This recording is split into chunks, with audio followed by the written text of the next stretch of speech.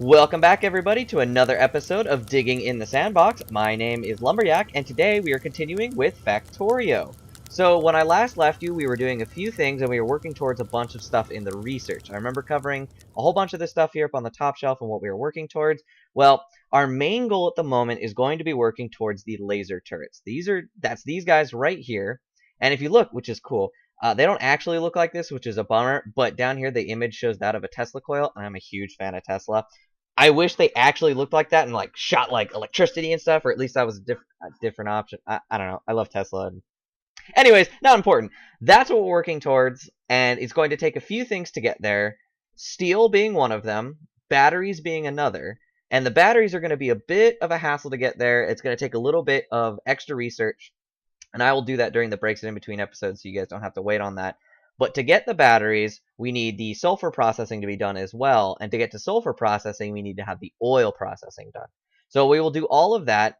And to get to the oil processing, we needed the steel. So if you remember, it's either last episode or a few episodes ago, we did the steel research. That's done. And I'm going to go ahead and start working on the steel stuff here in just a second so you can see how we're building that and starting to get our steel production up. But we need the steel for a lot of stuff.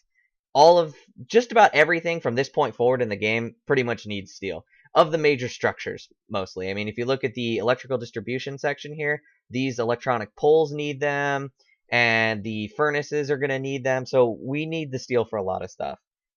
That is one of the things we'll be working towards, but before I do that, I want to go ahead and show you what I changed up. If you remember last episode, we were having some issues with our iron plates. We were kind of running low on them, and I think that was because it was only coming from this side before we had the steel production, or excuse me, the iron plate production on this side going into this single iron chest. Well, I have changed that up. The iron chest is still full, so we still got plenty of iron to work with just to pull from on our own. But now we have got this backed up, which is great. That means we have plenty of iron to work with, and we're not running short of anything, which is good news. We don't want to be running short. The other thing and to do that, that kind of required a little bit of a change with the load balancer. Remember, it was kind of slightly over here. We had 2 of the ammo stations set up. I've switched that up a little bit. I figured we've got tons of ammo coming in, so I just knocked it down to the 1 station. We haven't even really been hit that much by aliens, so it really hasn't been that big of a deal. And other than that, it's filled up quite nicely. The other thing I did was on the other side here, I went ahead and added an extra lab. So now we've got 3 labs cracking at it. And that required adding a few more assembling machines for the science packs. So what I did is before I had the iron gear wheels coming out just onto a single path that was right here. But now I have them going along this long path at the top and joining up. I think conjoining. I don't know, not important. It joins up with this path here now, which is bringing the copper in. So all 3 of these machines here are grabbing their copper and the iron gear wheels from a single path, which means that this path is no longer inhibited. And I believe the only thing that's pulling the copper off this path now is just the, what are those? That's the copper cables, right. I mean, it looks like a copper cable. You think I'd know that? Copper cables, right? Right, that's what we needed there. So yes, we got 3 labs here cracking at it, and we were working towards the lasers, which is perfect. The other thing I did was add just another one of the steam engines, just to, keep the power going.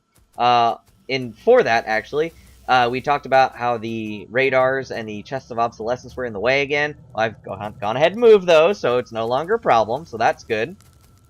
And I believe that was just about everything for that. The other thing I wanted to show you, which is real cool, this is just a quick little tidbit here, is if you have lesser machines, you can go ahead and replace those with bigger machines without removing the initial machine. So if that was a little bit confusing, here, let me show you. So here we have the assembling machine 2, right? That's the blue one. That's the upgraded version. And if you look here, this is the assembling machine 1. This is what we put down ages ago for our, wall production, so we didn't have to do that ourselves. Well, this goes fast enough, but it could go a lot faster. So if we take this assembling machine 2 and we just place it on top, now it'll go a lot faster. But you're thinking, well, we don't have fast enough of the production for stone, and we don't have fast enough, the bricks going in to actually make that worthwhile, and that is true. And we will come back and replace those items in just a second.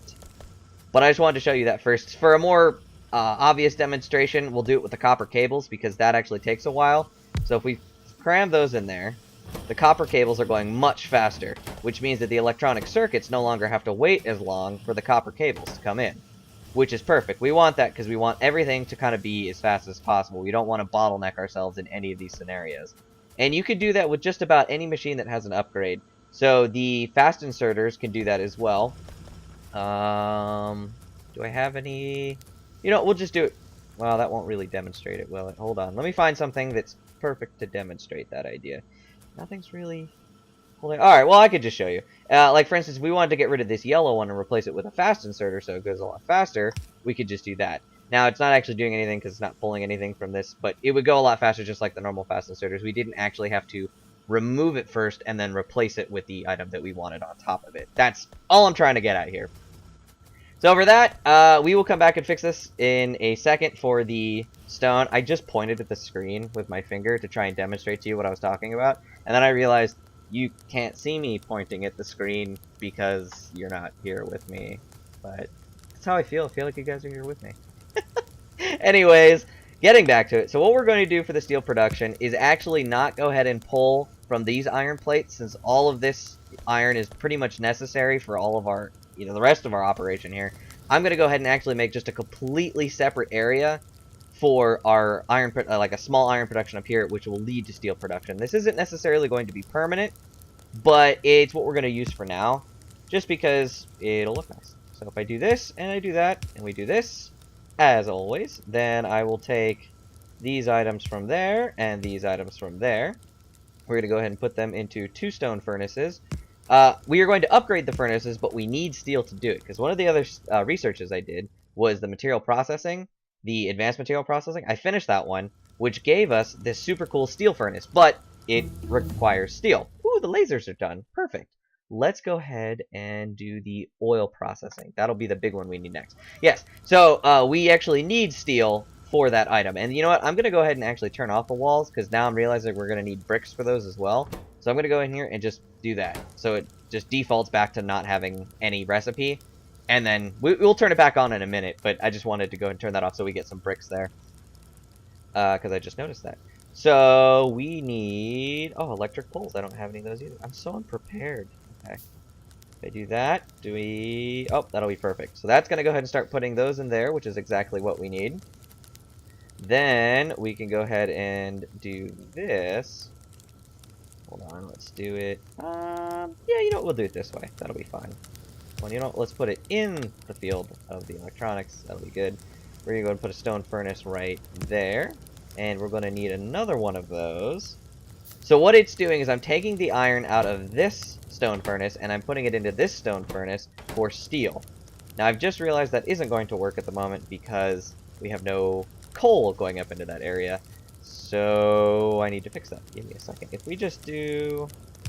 Oh, I'm going to have to move that electric pole. Okay, if we do this and this is not at all the most efficient way to do this, because now we're wasting the iron ore down there. But that's okay. It doesn't matter. I mean, it matters a little bit, because it does. But it's okay. It's okay. It's okay. So we're going to do that. What do you have there? You don't need that. You need that. So that should... Oh, it's not going to pull the coal. Huh. That's a problem. Oh, and that one's not going to do it either. Huh. Do we have... We do. All right, I get to demonstrate this now. All right. So, because if you just saw there, if you could see that problem, the 2 inserters we had here was pulling the iron from this line instead of the coal from this line. Because it thinks, oh, I need to put iron into the stone furnace because that's the raw material that goes in there. That is how that works. Well... When you run into situations like that, and you don't have an easy way of separating this, which, I mean, I could pull it from all this side and bring it all the way over here, but that's a bit of a hassle and would take time. It's just actually much easier just to do it this way. So what we're going to use is what's called a smart inserter. And that is going to pull from the same line just like before, but this time we actually get to set what it's pulling using these filters. So if I come in here and I look through all our magical items that we have, I can come to the coal, and now it's pulling the coal from there. And I can do that with this one as well. Coal, and there you go. Now the coal is being pulled in there, and if you look closely, I'll zoom in for you, you can see that coal is the item selected for that filter, and if we added more items, we could go in here and we could add you know, copper plates and sulfur and the, you know, the alien marbles. You can see all those items show up in its filter because those are all the items that could possibly go there. So if I just right click those go back to just what we want. So that's really useful, and you can hook that up to, you see here it has like red wire connection and green wire condition and logistic network and all that stuff. That will come later, but that basically allows you to create these really sophisticated, you know, versions of like systems and things so that you only get X amount of items in one area and things like that. It's super convenient, very, very cool looking. So what we need to do now is actually, we're going to take the iron, or excuse me, the steel out of that area, and we're going to bring it around here. Oh, actually, you know what? We'll just put it directly into a chest. We'll just do it that way. That's much easier. So we'll just do that, and we'll do that. And I need one more electronic pole. And bam! That is so many poles in one area. That just looks terribly ugly. Can I get rid of this one? Nope! Can't get rid of that one. That's an important one. Alright. So yes, now we have steel plates coming into our area, which is exactly what we need. So now I'm actually going to come back here. And I'm going to touch on these bricks that we needed. And I'm going to grab that steel that we have. And I'm going to make our very first steel furnace. Bingo bango, we've got steel furnaces coming in. So if we can go ahead and do the exact same thing we've done here, we can just put it over top. And now it has been replaced, which means it's moving a heck of a lot faster. Which is super cool. That's exactly what we want. We want our production to increase. And we could go ahead and do that with all of these as well, which we will do. Because as we go down this line, we're going to keep pulling from this iron and keep pulling from that iron from here and there, just little bits and things. And before you know it, all 8 of these will not be able to support that of how it is currently. But we can replace them with the super awesome steel furnaces, and they'll go much faster. Now, I might hold off on that only because we could also upgrade to the electronic furnaces so that we, instead of using coal, we are just using the energy from our steam engines that we have. And we don't have to worry about coal for that anymore, which means we could use coal for a bunch of other things that will be coming up very soon. So yes, that is steel production, everybody. That is how it works. That, I think, I'm going to go ahead and go do a quick break here because we're going to work on oil processing for the next one, and that hasn't finished researching yet. So when you come back, we will start working towards that, and we'll do some super awesome stuff.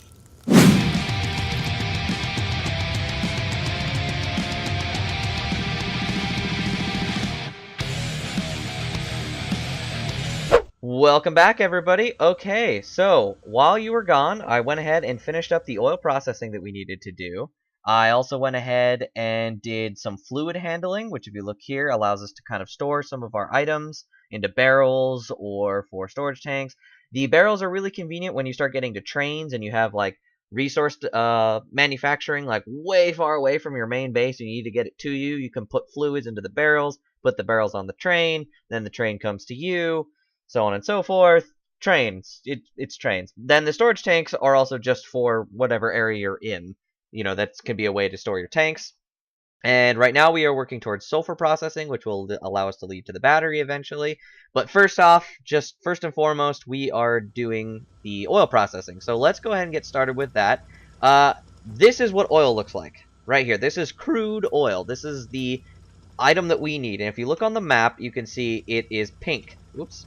Pink. The little pink items, all those pinks, that is all just crude oil sitting out and about. All right. So eventually we will go up here and get this one, and we'll go down here and get this one, and probably pick up those two and those two. And if we look out further on the map, you can see they're just kind of dotted all around in different areas. So that's what it looks like. Now, the actual item itself, if you look to the right of the screen, and you look where it's kind of explaining the item, you can see it says yield 113%. Now, if you've never seen this before, it may be kind of confusing, but it's actually quite simple. So, 100% equals pumping 1 unit per second. All right, right?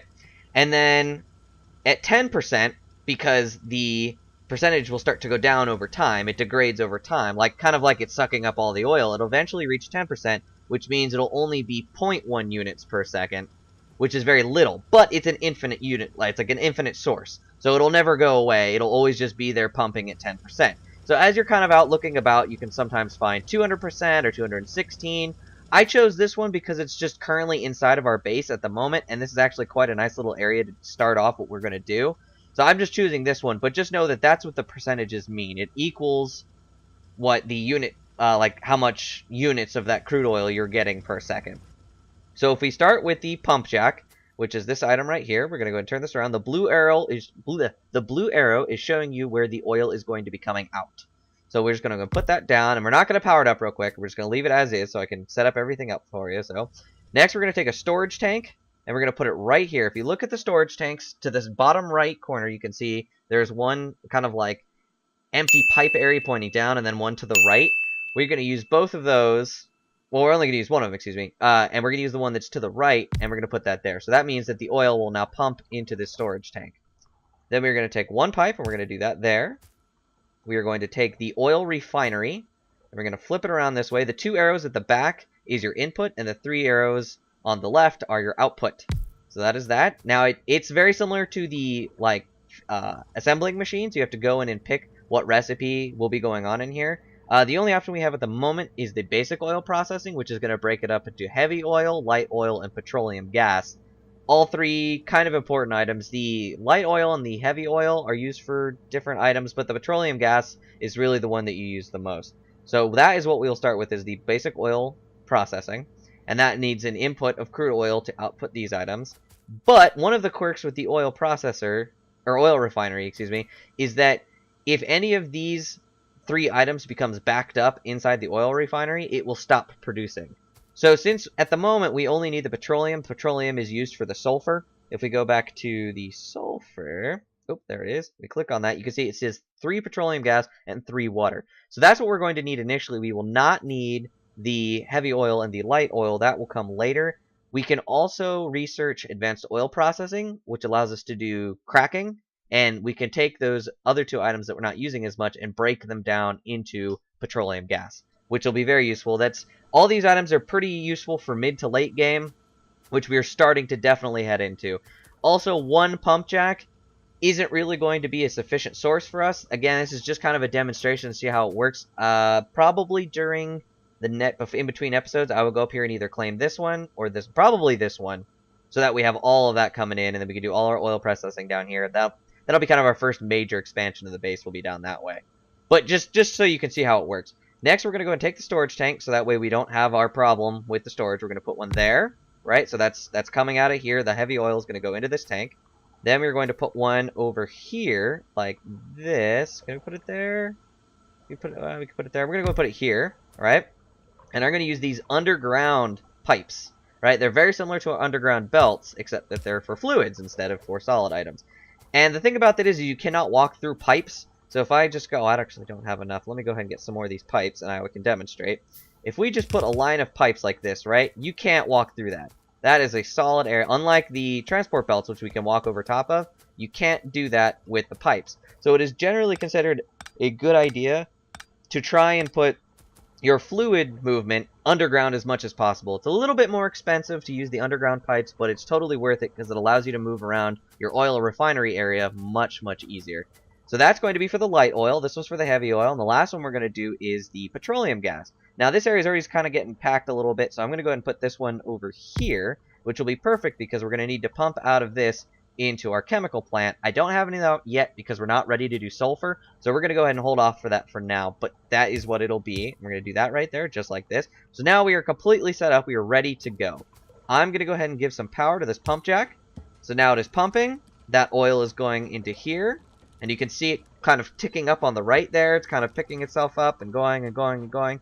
And then on this side, it's also going into here. So it's basically going through there into here. And once it hits 10, which it just did, it'll start to process that crude oil. So you can see why having as much as possible in here would be very ideal. And it's perfect because we've already got some fluids into these different areas, which is exactly what we want. So if we look at the storage tank for the heavy oil, you can see it's got 6 units of the heavy oil in there. 6 units of the light oil in there, and 7.9 units, or more, 11.9 units of the petroleum gas, which is awesome sauce. Now, because of that, I can actually explain why it's less, because there's just slightly, you can see 0.1 petroleum gas in this pump here, or in this pipe right here. You can actually go ahead and use small pumps. We don't have the items for that yet, but you can use small pumps that will take all of your items out of those pipes and just put it wherever you want it to be, so it's not sitting there in the pipe. Think of it like... No, I can't think of a good example. Just that's how it works. And if you can look, you can see how just where any of these, how much of each item you have in those different tanks. The pump jack is the same way. It'll look, and if you look at the bottom there, you can see that it's 1 point. Oh, we have sulfur. Oh, we have sulfur. Ooh, this episode's getting kind of late, so I think I'll wait for it for next episode. But we're going to go ahead and start the battery research, which will allow us to do the lasers by next episode, which will be awesome. You guys are going to love that. It'll allow us to expand much, much easier. Are we running out of power down here? I didn't even notice that. I should fix that. Okay. Well, sorry, got distracted. We'll come back to that. But yes, it's 1.1 units per second. That's how much of the crude oil is coming out of this pump jack into our storage tank and then into the refinery to be broken up into these different items, which is perfect, exactly what we want. One other thing before we go ahead and leave today, I just wanted to go ahead and show you this. I went ahead and did fix the stone area, so that is much nicer now. But what's cool is you can kind of see how this is stopped and isn't working anymore. This is what we have done, and this is a cool mechanic to the game that allows you to kind of stay organized. You can see these red lines here, and these are white lines. Right? What this does is actually limits the amount of items that go into your chests. So instead of constantly just using all your resources, for instance, if you're starting to run low on iron here, and you don't want all of your iron production to be going into ammunition construction, you could just create a small buffer like I have here of however many this is. I think it's 1,000, is that? 1, 2, 3, 4, 5, 6, 7, 8. Yeah, 10. So that's 1,000 ammo we just have in the buffer right there, which if it starts to be used, will start being pulled by this inserter out onto the path, so on and so forth, like it has been. But right now, that's all we're producing. Now, you could use smaller chests. That's one way of doing it. But if you reach a point where you're like, oh, well, I need to have that limit kind of, up in the air. I don't know what it's going to be. You could just put in a normal chest and then keep changing it back and forth to where you want it to be. That also becomes useful when you start to use things like the flying robots and creating a serious logistics system. The more you can control what is in your system, the easier everything will go in the long run. I've also done that with the steel here. You can see we have 300 steel. I didn't think we need any more at the moment. I thought that would be plenty. But it is going to still go ahead and keep producing within these steel furnaces until it reaches its max count for the stack, which is awesome. I think that was everything I wanted to cover. Oh, I did add another lab over here. Just because, again, I was starting to get bored of just waiting for it to happen. So I thought I would go ahead and do that right now. But that is what that is there. And I think that was, yeah, I think that's everything. So, I'm going to go ahead and call it for today. Next episode, stay tuned. We're going to have the batteries done, which will allow us to start researching the laser turrets. I'm going to try and have that done by that time. And we can get into battery production, which is exactly what we're going to need for those laser turrets. And we are going to start doing some cool laser stuff, which will actually make this system we have here obsolete. So it'll be able to go to the chest of obsolescence. So there you go. We're already moving up in the world on our attack. We haven't even been attacked that much, which is great. So we can start seriously expanding our base, start attacking. I have a pretty cool method that I've seen for attacking the aliens that works pretty well without having to necessarily put yourself in harm's way. You still kind of are in harm's way, but it's not as bad as it was of just insta-death like you've seen with me and stuff. Anyways, yes, so thank you very much for watching. Please remember to catch me on Twitter and Facebook for all my wacky updates and everything, so you can stay updated on all these cool episodes and if I'm adding new series, which I'm starting to work towards that. So stay tuned for that, and you guys take it easy.